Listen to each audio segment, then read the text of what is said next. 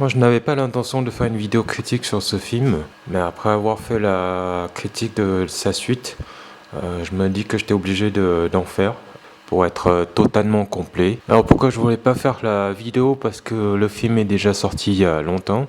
Et aussi parce que j'ai pas grand chose vraiment à dire sur ce film. Black Panther est un Marvel de base qui fait son job, un film quelconque, parfois ennuyeux, surtout après le début.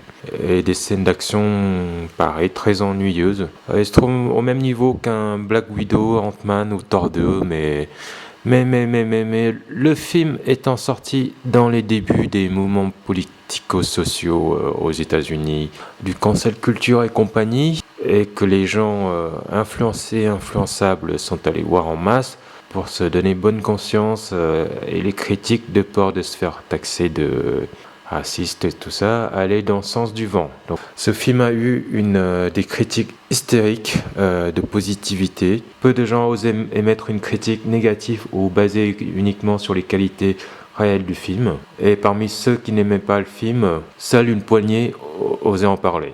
La plupart des gens se sont laissés duper par ce stratège, mais pas votre serviteur qui ici juge le film uniquement sur sa qualité et non pas sur la couleur de ses interprètes. Si Black Panther n'était pas sorti pendant cette période dont j'ai évoqué, il aurait été un Marvel comme un autre dans la moyenne, au même titre, comme je disais, d'un Ant-Man ou Thor 2, dont son succès repose uniquement sur un bon timing et non sur le mérite.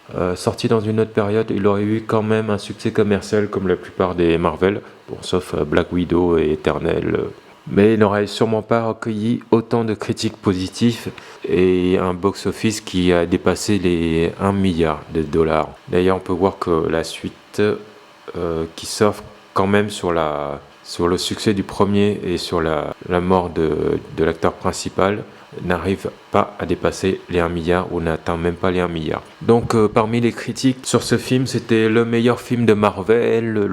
L'argument du premier héros, super-héros noir à l'écran, c'était une première, donc il fallait le voir, c'était génial, c'était du jamais vu.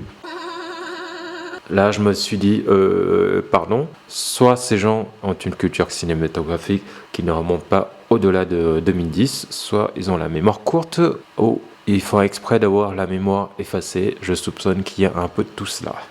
Car ces personnes omettent tous les films avec Eddie Murphy, notamment le succès planétaire du flic de Beverly Hills, et les films avec Denzel Washington en héros, ça ne compte pas. Et pour rester dans le domaine des super-héros et de Marvel, il y avait Blade avec Wesley Snipes. Ça me rappelle l'époque de la sortie de Matrix où certains ont cru que le film avait inventé le cinéma de SF et de Kung Fu.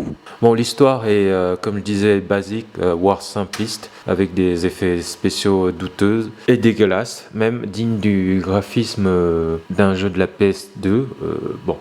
Soyons juste de la PS3. Bon, on sait maintenant depuis que ce n'est pas la faute ni des graphismes ni du réel, mais du délai court imposé par Marvel aux boîtes d'effets spéciaux.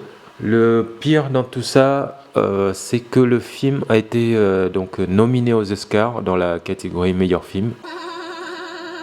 Et puis quoi encore, demain ça va être Joséphine Ange Gardien dans la catégorie des nominés aux Oscars du meilleur court-métrage animation ou dans la catégorie meilleur film documentaire.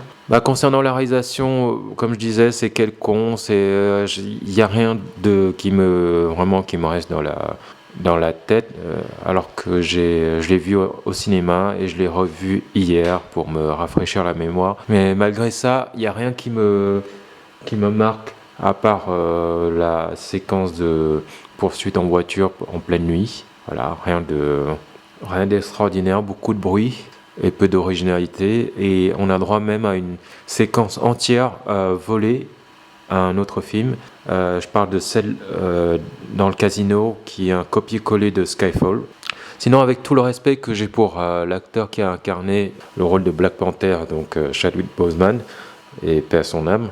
Non, Black Panther n'était pas le meilleur film de super-héros ni de Marvel, que ce soit scénaristiquement, techniquement, comme j'en ai parlé, au niveau surtout des CGI.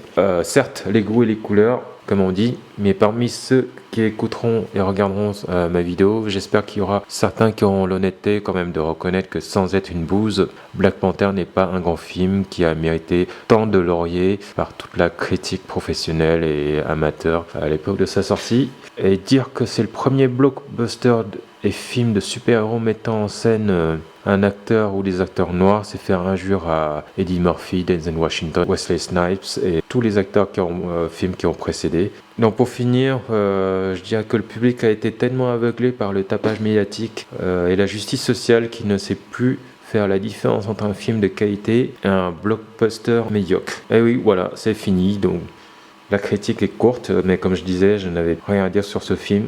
Et la preuve,